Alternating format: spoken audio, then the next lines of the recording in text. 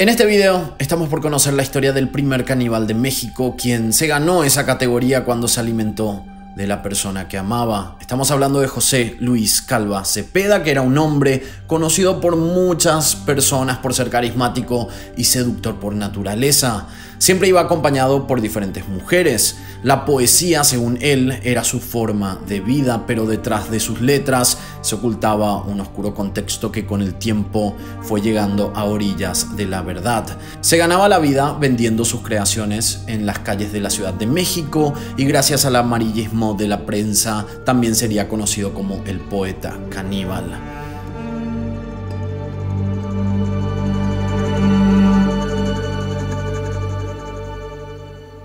En total, 3 fueron las vidas que acabaron por culpa de este hombre. Y de estas 3 personas estamos hablando de 2 que fueron exparejas de él y también una prostituta, una trabajadora sexual. Pero hay que decir también que fue descubierto por una situación increíble. Lo que nadie conoce es su último libro, un libro perdido y secreto que tiene en su poder las autoridades de México. Una historia por demás curiosa, donde van a conocer a este fanático de Hannibal Lecter, que además de vivir de su prosa, ahogaba sus frustraciones maternas con la sangre de los inocentes. Antes de que fuera conocido como el caníbal de la Guerrero, durante su último tiempo en libertad conoció a Alejandra Galeana, con la que luego formó una pareja. Ella era una mujer de 32 años, pero aparentaba mayor que esa edad por su madurez. Al escuchar los versos de su poesía y el buen trato de José Luis, quedó enamorada desde el primer momento. La fascinación por sus historias la enamoraba cada vez más. Si bien la relación iba bien encaminada, algo había encendido las alarmas de alerta de Alejandra. A solo un mes de noviazgo, ella determinó que no quería seguir saliendo con él. José Luis, con una terquedad contenida en su interior, la invitó a su departamento para tomar un café y así poder conversar para terminar bien algo que en realidad ya estaba cerrado. Alejandra Galeana no quería que la situación se estirara más y aceptó. El 5 de octubre salió de su casa para no regresar jamás. Cuando entró a la vivienda del poeta, él no estaba centrado en sus pensamientos como para escuchar y entender. Bajo los efectos de la cocaína, comenzó a maltratarla. Alejandra no pudo escapar y lo último que sintió fue el abrazo de las manos de José Luis sobre su cuello hasta que ya no pudo respirar más. Pero ese no sería el último momento donde tocaría el cuerpo de Alejandra. José Luis, quien como dijimos era seguidor de Hannibal Lecter, llevó a cabo la meticulosa tarea de desmembrar a la persona que lo había acompañado esos últimos días, la mujer a la que supuestamente amaba. Como un carnicero con experiencia de años, seccionó las partes para luego freír su carne y consumirla. A los días, los vecinos en Mosqueta, colonia de Guerrero, hicieron la denuncia porque el hedor que despedía el departamento de José Luis era insoportable. Cuando la policía se presentó en el lugar, golpeó la puerta y esperó atenta a que el sospechoso los atacara desde adentro, pero pasó todo lo contrario. Al escuchar el llamado, José Luis abrió con normalidad, se lo veía despreocupado, como si nada extraño hubiese sucedido.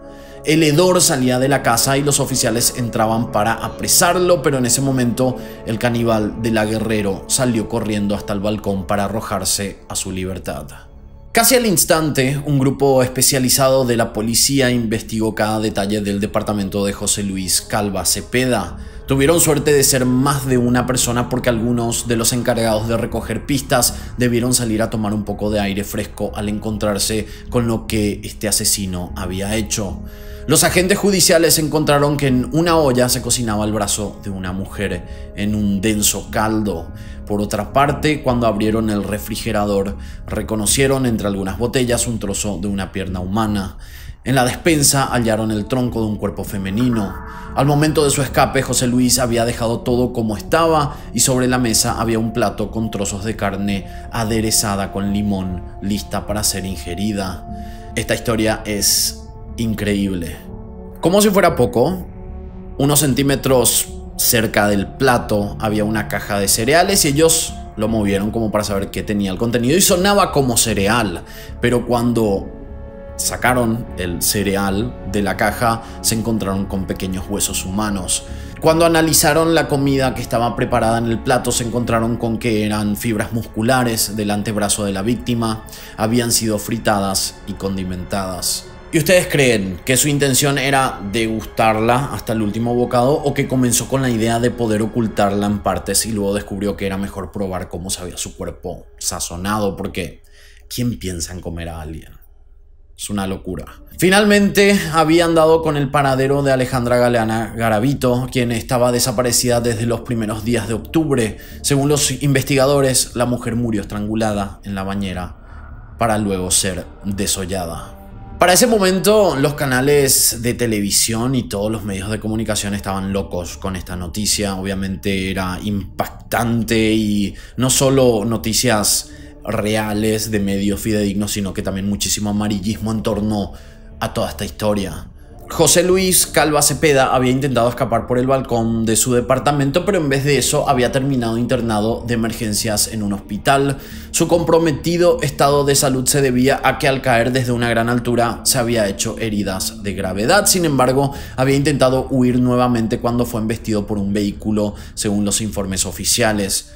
El supuesto asesino estaba vivo y en poder de las autoridades. Era la oportunidad de esclarecer toda la información posible de este y otros asesinatos, pero antes había que averiguar más sobre él. Los noticieros trabajaron desde el primer momento para responder la pregunta: ¿quién era José Luis Calva Cepeda? Quien era desconocido hasta ese momento, que estaba en todos los medios de comunicación. Él nació el 20 de junio de 1969 en la Ciudad de México. Transitó su niñez de la mano de Elia, una madre violenta y alcohólica que se resguardaba en la muerte de su marido. Dependía completamente de su madre, obviamente solo tenía 6 años y a esa edad fue abusado por un amigo de su hermano mayor. Todo esto y otros golpes en su vida, lo que era la violencia con la madre, lo que fue el abuso, hizo que obviamente él esté en sumisión y también con mucha depresión. Esto obviamente no justifica lo que hizo, porque hay mucha gente que pasa por muchas cosas terribles y no terminan asesinando y mucho menos comiendo a alguien, pero bueno, simplemente estamos contando su historia. Sin embargo, tenemos que decir que él tenía un coeficiente intelectual más alto que el promedio para su edad, lo que lo ayudó a sobrevivir durante sus primeros años. A los 12 años se fue de su casa y eligió vivir en las calles de este lugar que no sé cómo pronunciar y no quiero que se enojen conmigo, pero voy a hacer el intento: Nezahualcóyotl. Creo que se dice así. Y prefirió esta vida que seguir con su madre, que era violenta y además alcohólica. Pero esto también le hizo enfrentar una cruel realidad de lo que es vivir en las calles. Cuidó autos, luego lustró zapatos, con las ganancias compraba comida y juguetes. Al ser tan pequeño y trabajar en la calle, la gente se apiadó de él. Un grupo de vecinos le presentaron un cuarto en la azotea de su edificio. Teóricamente, según propias palabras del asesino, desde ese lugar podía espiar la casa de su familia. Ahí acumuló rencor y hambre por partes iguales. Mientras estaba cursando el secundario, uno de sus pilares fue el alcohol. En esa época llegó a trabajar de payaso para un familiar que era mago y animaba fiestas infantiles. Creció, escribió y actuó en pequeñas obras que lo hacían sentirse parte de la sociedad que de chico habría necesitado. Según el expediente de la investigación final, José Luis Calva escribió 800 poesías y varias novelas infantiles, 20 obras de teatro y 100 canciones.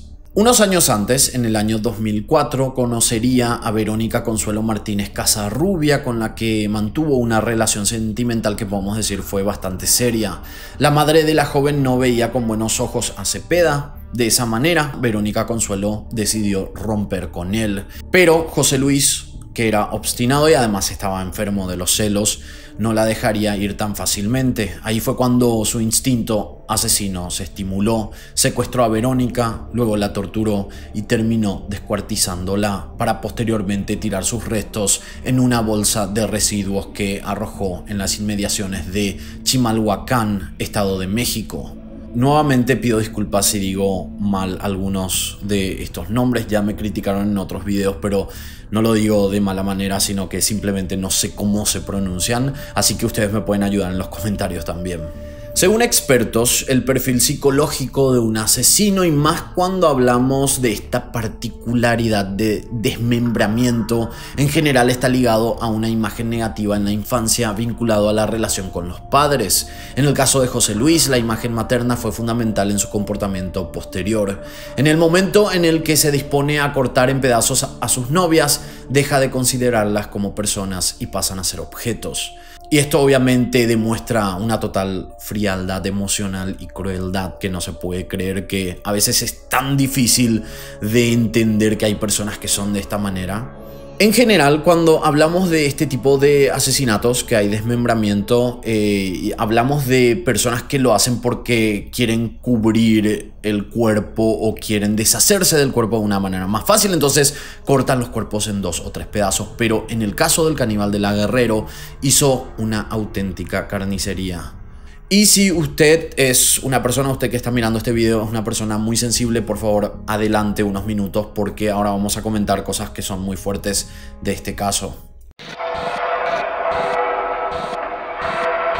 Los pies, por ejemplo, estaban separados de los tobillos y las pantorrillas de la parte superior de la pierna, que también estaba separada de la cadera. En el torso había utilizado la misma agudeza para eliminar las uniones y articulaciones del cuerpo de la víctima. La cabeza, a diferencia con la siguiente víctima, también había sido cortada.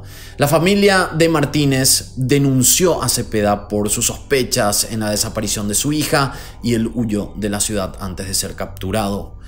Poco tiempo después, Calva reprodujo este procedimiento cuando le quitó la vida a otra mujer que fue su siguiente víctima.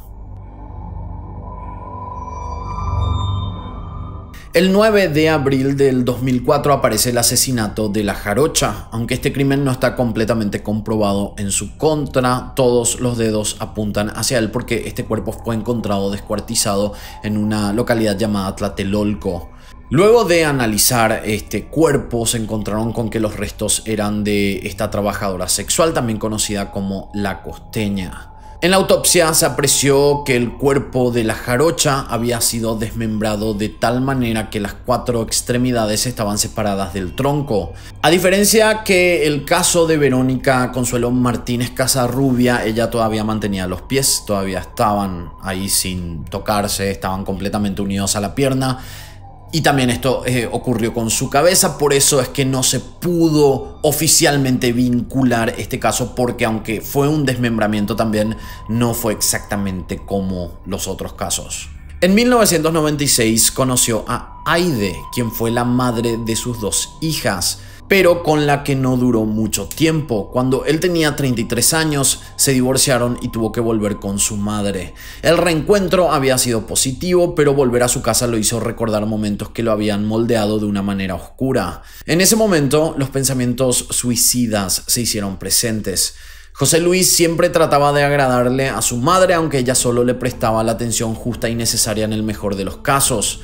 Luego de su aprehensión, José Luis le echó toda la culpa de su comportamiento violento a los malos tratos de su madre en la infancia. Los ataques hacia las mujeres, en teoría, eran todos hacia su madre, y esto fue lo que él mencionó. De un modo u otro, la mujer jugó un rol importante en todo el asunto. Si ella no aceptaba a la pareja de su hijo, él debía deshacerse de la misma. Lo normal habría sido recurrir al diálogo, pero para la cabeza de José Luis era más fácil quitarles la vida. Meses después conoció a Lidia Sánchez Valdés y esta mujer sí se salvó, y escuchen por qué. Porque ella sí se llevaba bien con la madre.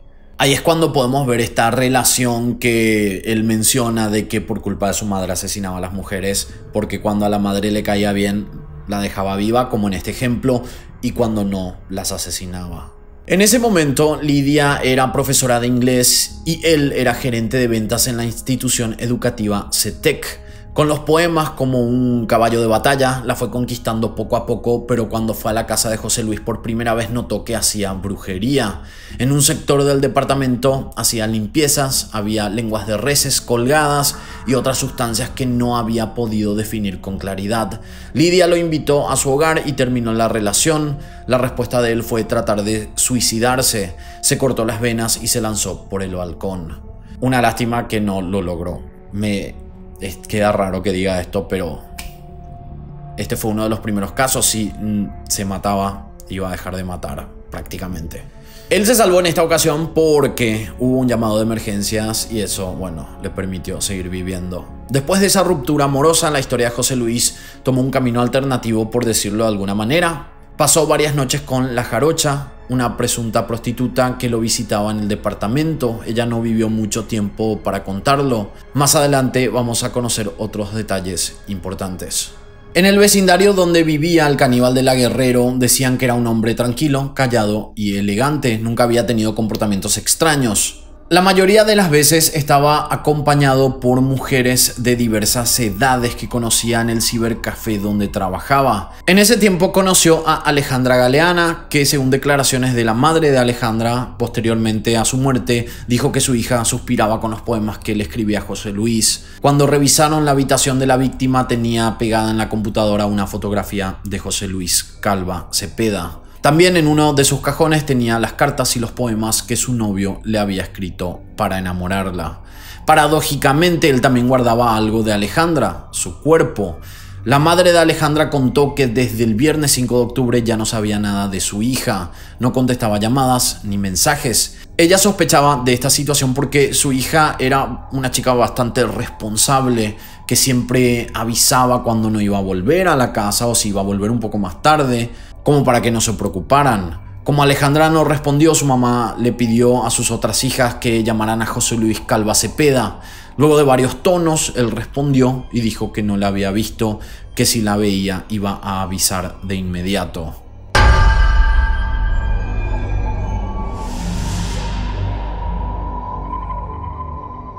Luego de saltar por el balcón y ser trasladado al hospital, fue encarcelado hasta que las sospechas se hicieron pruebas fehacientes. Además, hasta ese momento nadie lo conocía como un asesino, mucho menos como un caníbal. Al mostrarse con su verdadera cara, las presunciones y los asesinatos aparecieron uno tras otro. El 18 de octubre del año 2007, a más de una semana de haber sido arrestado, José Luis fue acusado nuevamente, pero esa vez por Olga Livia. Esta joven profesora de inglés había sido obligada a ver pornografía zoofílica y mantener relaciones sadomasoquistas con él. Cuando José Luis Calva fue puesto bajo la mirada de los psicólogos especialistas, apuntaron a que correspondía completamente a un psicópata. Luego analizaron sus escritos y entendieron por qué ninguna editorial publicó las obras en las que el poeta trabajaba. Luego de un estudio minucioso del perfil psiquiátrico, los peritos aclararon que él no era una persona apta para cumplir su condena en prisión convencional, y se acuerdan que esto también pasó con la hiena de Querétaro. Tengo un video, si es que todavía no lo vieron, está en el canal y también en Facebook. Entonces llegó la recomendación para que fuera ingresado a un sector aislado con cuidados especiales y seguridad aumentada. Ahí le podrían provisionar bajo prescripción médica la medicación que necesitaba para paliar sus ataques maníacos depresivos. El 24 de octubre del año 2007, José Luis Calva Cepeda fue acusado de triple homicidio y de realizar prácticas caníbales. Para contar los años dentro de la prisión y tener un parámetro en tiempo, solo por el asesinato de Alejandra Galeana tuvo una condena de 50 años de cárcel, pero algo iba a hacer que no cumpliera con todos los años merecidos. El caníbal de la Guerrero no quiso hablar por los actos criminales que había ejercido, se reservó su derecho a declarar. Gracias a eso se le sumó el homicidio calificado y la profanación del cadáver de Alejandra Galeana Garavito. Solo habló para hacer saber de sus adicciones con el alcohol y la cocaína, nada relevante en esa instancia procesal. Cuando el juez le preguntó si quería declarar en relación a estos hechos, el asesino dijo: "Las cosas no fueron así". Después de la insistencia del juez para que declarase, él dijo que lo iba a hacer, pero que en ese momento no podía coordinar bien sus pensamientos. En el momento que el juez y la fiscalía detallaban todo lo que supuestamente había hecho, el abogado defensor se acercó a él y le preguntó sobre sus presuntos gustos caníbales. Calva Cepeda respondió que eran especulaciones de los medios. Volvió a preguntar, pero Calva respondió que eso era puro amarillismo. Durante el juicio se encontró en la colonia Potrero del Rey en Ecatepec el antebrazo de una mujer. Por cómo estaba cercenado también lo involucraron a este caso, pero solo como una posibilidad viable. Además, en el kilómetro 32 sobre la carretera México-Lechería, en el municipio de Texcoco, hallaron una pierna de mujer cuidadosamente depilada y con las uñas del pie pintadas con esmalte color gris perla. También entró en otra página del legado de José Luis, pero él negó los hechos. El 11 de diciembre del año 2007 a las 6:30 de la mañana fue encontrado en su celda el cuerpo sin vida de José Luis Calva Cepeda, colgado y ahorcado con un cinturón. El personal de seguridad del penal notó la ausencia del caníbal de la Guerrero, quien no había acudido al pase de lista.